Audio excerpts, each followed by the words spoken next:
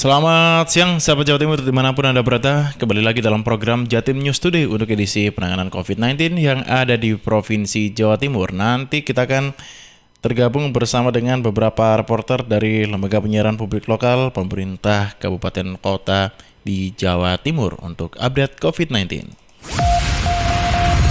Rangkuman kabar update penanganan COVID-19 untuk regional Jawa Timur segera sahabat simak dalam update COVID-19. Update COVID-19. Ada informasi yang akan disampaikan oleh Karina Putri dari Suara Sidoarjo. TPS bernuansa unik dengan mengusung tema kerukunan suku bangsa di tengah pandemi COVID-19. Selengkapnya akan disampaikan oleh Karina Putri dari Suara Sidoarjo yang menyampaikan via Zoom. Karin, silakan dengan laporannya. Ya baik Billy, terima kasih dan juga seluruh pendengar yang di Jawa Timur. TPS atau tempat pemungutan suara di Desa Magersari, Kabupaten Sidoarjo membawakan nuansa baru di tengah pandemi COVID-19, yaitu dengan mengusung tema kerukunan suku bangsa. Semua petugas kelompok penyelenggara pemungutan suara KPPS menggunakan pakaian adat yang ada di beberapa provinsi di Indonesia. Sudirman selaku inisiator TPS Unik mengatakan bahwa kerukunan antar suku bangsa saat ini sangat diperlukan terutama pada pelaksanaan pilkada apalagi di masa-masa pandemi COVID-19. Ia menekankan pada anak muda bahwa jangan sampai para pemuda Indonesia melupakan keragaman suku bangsa mereka sendiri. Sudirman juga mengatakan bahwa di TPS 1 dan TPS 2 di Desa Magersari ini juga ada beberapa petugas yang menggunakan kostum pemuka agama yang diakui di Indonesia, antara lain Islam, Kristen, Buddha, Hindu Katolik, dan juga Konghucu. Sementara itu di TPS 2 Magersari yang diketuai Sigit Rizkyria mengatakan bahwa harapannya ke depan untuk kerukunan umat beragama di Kelurahan Magersari ini tetap terjaga. Pihaknya juga tetap menerapkan protokol kesehatan dengan mengatur jarak antara pemilih yang datang ke TPS, mengecek suhu tubuh, dan memastikan partisipan yang akan mencoblos tetap menggunakan masker dan mencuci tangan. Demikian saya Karina Putri, Suara Sidoarjo, melaporkan untuk Jatim News Today. Kembali ke studio bersama Billy. Baik, terima kasih Karina Putri atas laporannya dan selanjutnya kita akan ke Pamekasan. Kali ini bergabung bersama dengan Hera Rosita dari Realita FM Pamekasan. Kasus positif COVID-19 di Pamekasan kembali bertambah menjadi 15 orang. Selengkapnya bersama dengan Hera Rosita. Silakan dengan laporannya. Baik Billy, terima kasih. Kerabat Realita, kasus positif COVID-19 di Kabupaten Pamekasan per hari Rabu 9 Desember 2020 kemarin mengalami penambahan sebanyak 15 orang. Dengan jumlah total keseluruhan tembus 488 orang selama masa pandemi virus corona ini. Hal ini terungkap berdasarkan peta sebaran yang disampaikan oleh Sigit Priyono, juru bicara Satgas Percepatan Penanganan COVID-19 Kabupaten Pamekasan, di mana penambahan selama 2 pekan terakhir ini cukup tinggi. Dari awalnya sebagian kecamatan sudah zona kuning, kini kembali oranye lagi. Menurut Sigit, meski ada penambahan, namun terdapat pula yang sembuh yakni sebanyak 4 orang, sehingga total yang menjalani isolasi sebanyak 86 orang. Namun Kabak Protokol dan Komunikasi Pimpinan Setda Kabupaten Pamekasan kembali mengingatkan agar masyarakat patuh terhadap protokol kesehatan. Sigit Priyono juga menambahkan hingga sekarang pasien positif COVID-19 yang meninggal dunia mencapai 45 orang. Artinya di atas 10% lebih. Pasien COVID yang sembuh mencapai 357 orang. Sementara data suspek mencapai 1.032 orang dengan perincian 926 selesai pengawasan, 40 orang dalam pengawasan, dan 66 orang meninggal dunia. Demikian Billy, saya Hera Rosita mengabarkan dari Realita FM. Terima kasih Hera Rosita dari Realita FM Pamekasan yang sudah memberikan informasinya. Selanjutnya kita akan ke Gresik. Kali ini bergabung bersama dengan Putri Rizkyana dari Suara Gresik. Pembelian pasien COVID-19 di Gejos Kabupaten Gresik tetap terlayani. Selengkapnya dengan Putri Rizkyana. Silakan dengan laporannya Putri.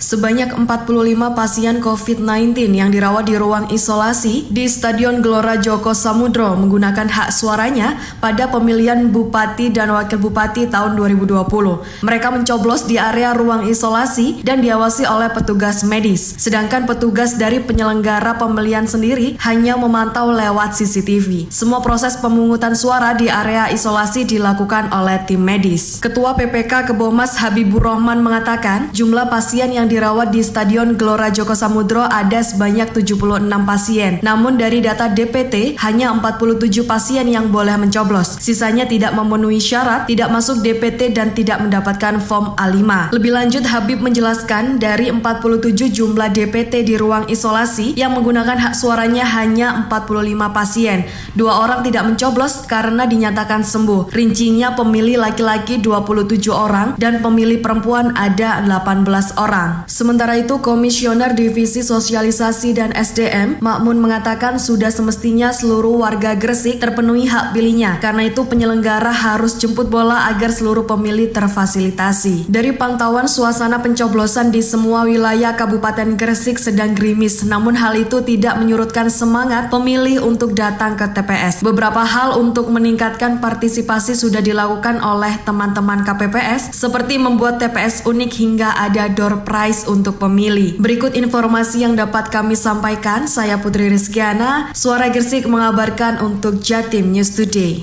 Baik, terima kasih Putri Rizkiana dari Suara Gresik yang sudah berbagi informasi. Selanjutnya kita akan ke Kabupaten Blitar. Kali ini bersama dengan Risma Erina dari Persada FM Kabupaten Blitar.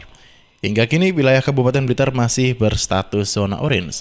Disampaikan melalui Zoom oleh Risma Erina. Silakan dengan laporannya, Risma. Ya baik, terima kasih Billy. Juru bicara gugus tugas penanganan COVID-19 Kabupaten Blitar, Krisna Yakti, menegaskan bahwa hingga kini wilayah Kabupaten Blitar masih berstatus zona orange.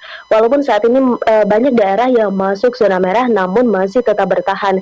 Dijelaskannya memasuki pertengahan bulan Desember, jumlah penambahan pasien terkonfirmasi positif virus corona ini terus bertambah.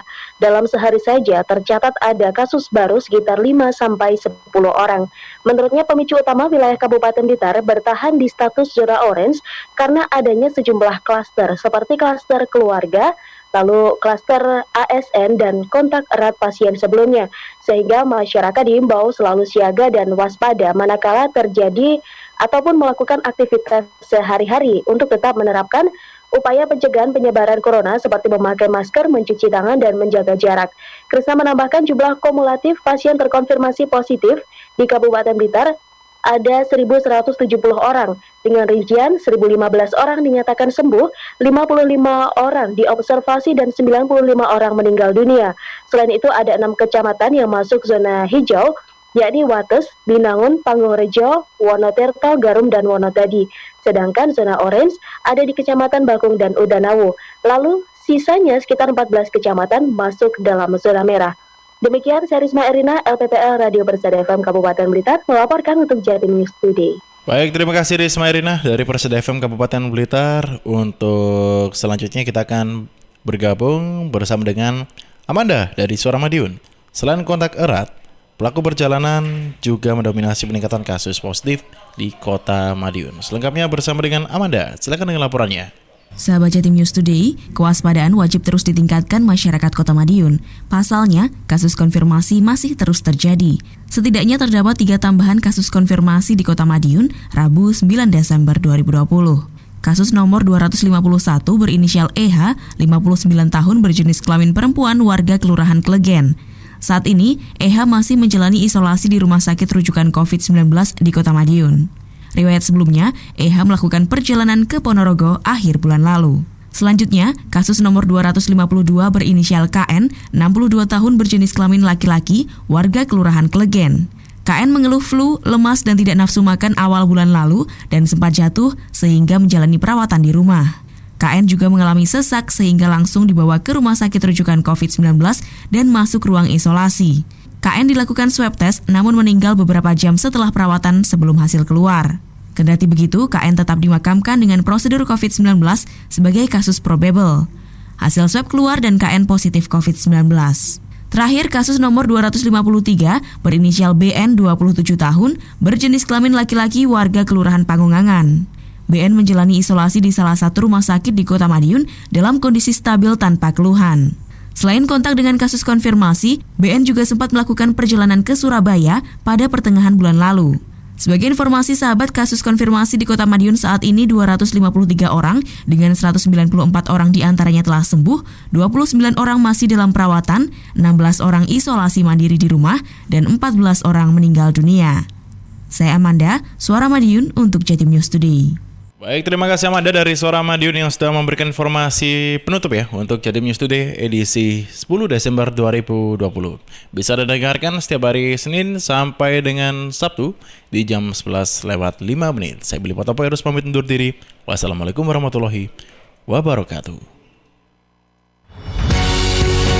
Perkembangan penanganan COVID-19 untuk wilayah regional Jawa Timur sudah sahabat simak dalam update COVID-19. Update COVID-19. Update COVID-19 bisa sahabat simak Senin sampai Sabtu jam 11 siang. Persembahan dari Asosiasi Lembaga Penyiaran Publik Lokal Jawa Timur.